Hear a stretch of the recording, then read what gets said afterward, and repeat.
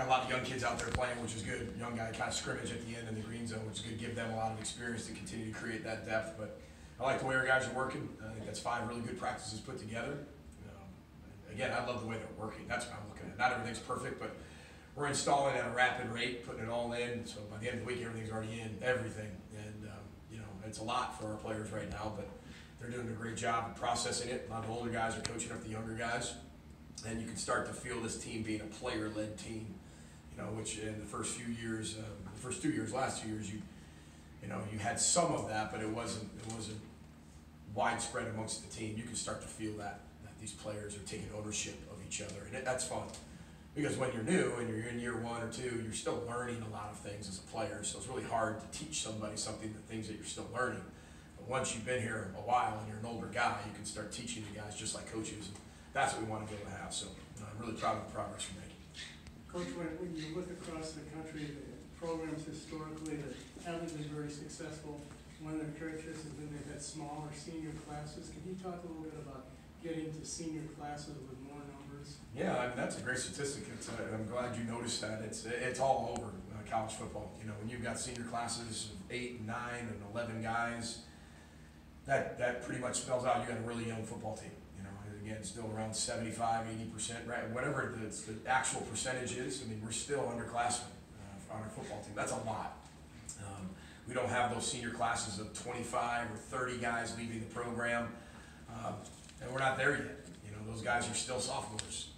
That big class are going to be sophomores. So we're still some years away before you get there. You're pumping out those 25 to 30 seniors every single year, at least 20 plus. That's when you know you have a very experienced team, older team, experienced team. We're just not there yet, but we're making strides to do that every single day in recruiting and development. But I think it's significant all over the country. You look at teams. Look at college basketball right now. I'm a huge fan of Buzz Williams at Virginia Tech, and a good friend of mine. And, a lot of those guys have been playing on that court for a long time, and they failed a lot. Even though they might have made the tournament, they still failed a lot. And all of a sudden, now they're in the Sweet 16. And you look at all those guys, and that's all they keep talking about is they're failing. Their first few years there weren't very good. And now look at what they're doing at Virginia Tech. The last 2 years making the tournament, now the Sweet 16, and that's 3 years in a row. When before that, I don't know if they've made it since the 80s and things like that. So you can see that's culture, that's development, that's a developmental program. But that's, whether it's basketball, whether that's football. Football, it's a little bit more unique because there's a lot more players, right? And so we need to get to that, but you can either rush to get to that by transfers and junior college players, and that's the way you get to it every year, or you can do it the slower way, more patient way, I should say it, with the developmental aspect of high school student athletes. And real quickly, what are the key things that go into the ingredients to having those senior classes that you want in a lot of these? Well, first of all, you got to play your players young. You play them, and whether it's special teams or they're starting or they have a role, you play them young, and you allow them to fail. And then the only way they're going to continue to gain that experience and get on the field, they make mistakes, they fail, they have success, they grow, positive things happen, and they start building this Rolodex. And then every year they just gain more confidence. The bigger, stronger, faster, more experience.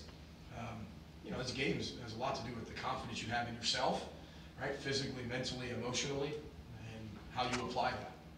PJ, with the younger guys, is there a magic number of practices where you see the light turn on, and what do you look for when you see that? Yeah, I don't know if there's a number of practices. Everybody hits that light bulb, just like teams, right? Teams hit that light bulb at some point at different times, just like a player.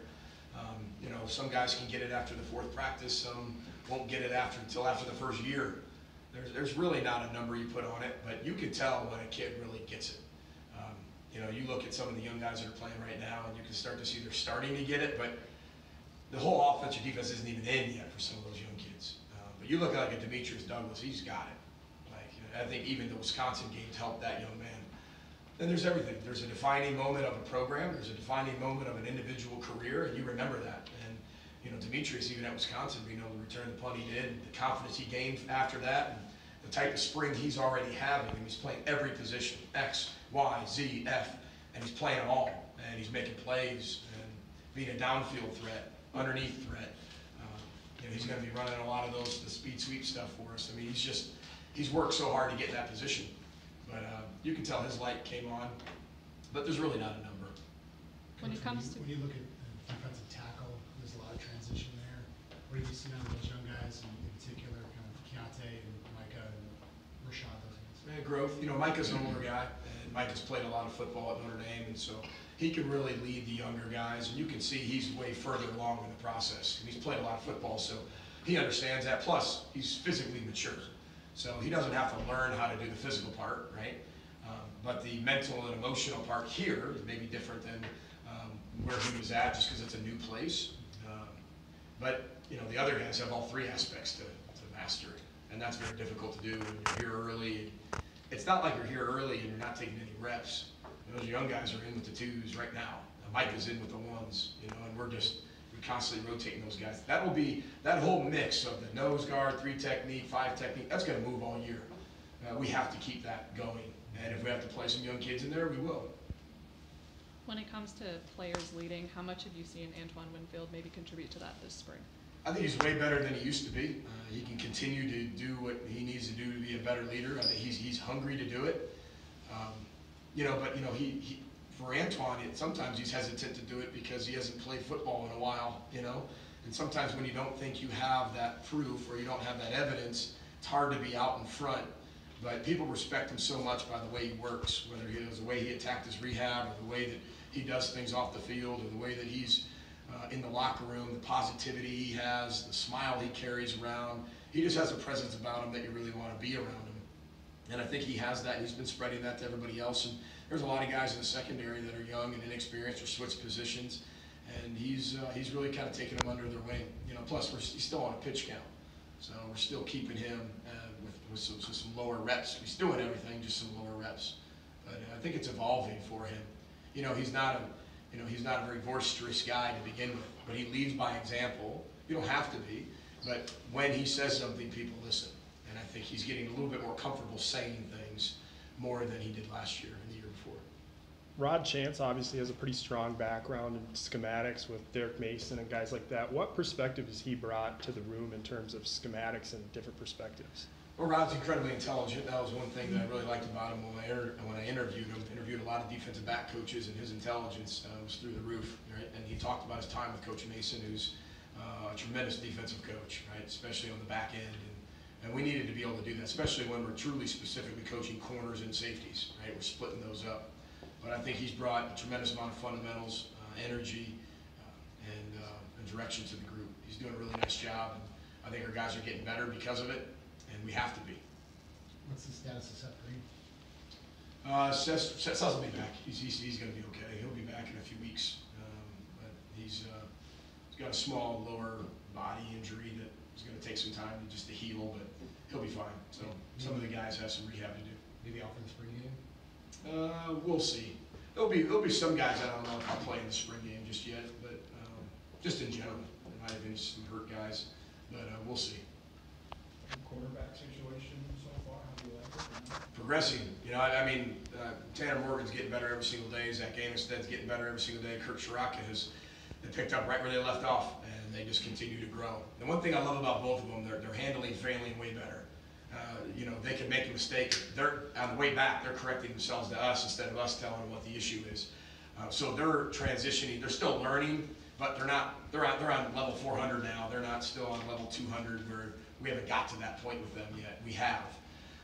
The young guys. I mean, we did a young guy scrimmage at the end. I mean, you got a chance to see Cole Kramer in there go down in the green zone, score a touchdown, and then Jacob Clark, the same thing. He came back and had a touchdown to Michael Brown-Stevens. And, you know, Eric Gibson had a touchdown at the end, so I like to see that from the offensive side of the ball. I hate to see that from the defensive side of the ball. It's one of the things about being a head coach, but I love how the quarterbacks are progressing. You know, they're so hungry to get better. Every day they come here just eyes wide open, ready to learn. And Coach Shiraka, I think, is having a lot of fun in the room. They're a great group to coach. They're all really intelligent, very smart, love football, love the room, and I'm proud of the progression they're making. We got a long way to go. We're not even anywhere near close to playing. But we're better than we were, and I love their as I've always said, they're competing with each other, not against, and you can tell how they help each other, and it's just a healthy environment.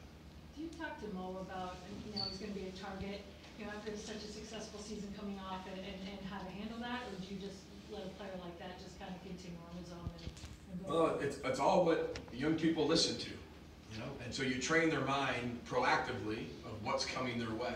I mean, people think we're going to be good, some people don't think we're going to be good. Well, I'm going to err on everybody thinking we're going to be good, so we're going to train our players. Here's what's coming in terms of the outside world and what they're going to say and how they're going to say it, and building that pressure and expectation to them, right? And that's not just as a team, that's individually. Right, but what are you doing today to make sure when we get to September, October, November that you're a better game player than you've ever been? And how can you handle the pressure, and the stress, and the expectation, and the fear, and the doubt, and the success, and how can you handle all of that? You know, we're not going to sneak up on anybody. We talked to our team at our team meeting today. We're not going to shock anybody or surprise anybody at all. You know, I think that you know that's the nature of the business as you continue to grow through programs. And Mohammed is an individual. He's a tremendous football player. I don't worry about him though. Here's the biggest thing: when your best players are your hardest workers, you're starting to form a team, and we're finally getting to that point where our best players work the hardest. You know, when your best players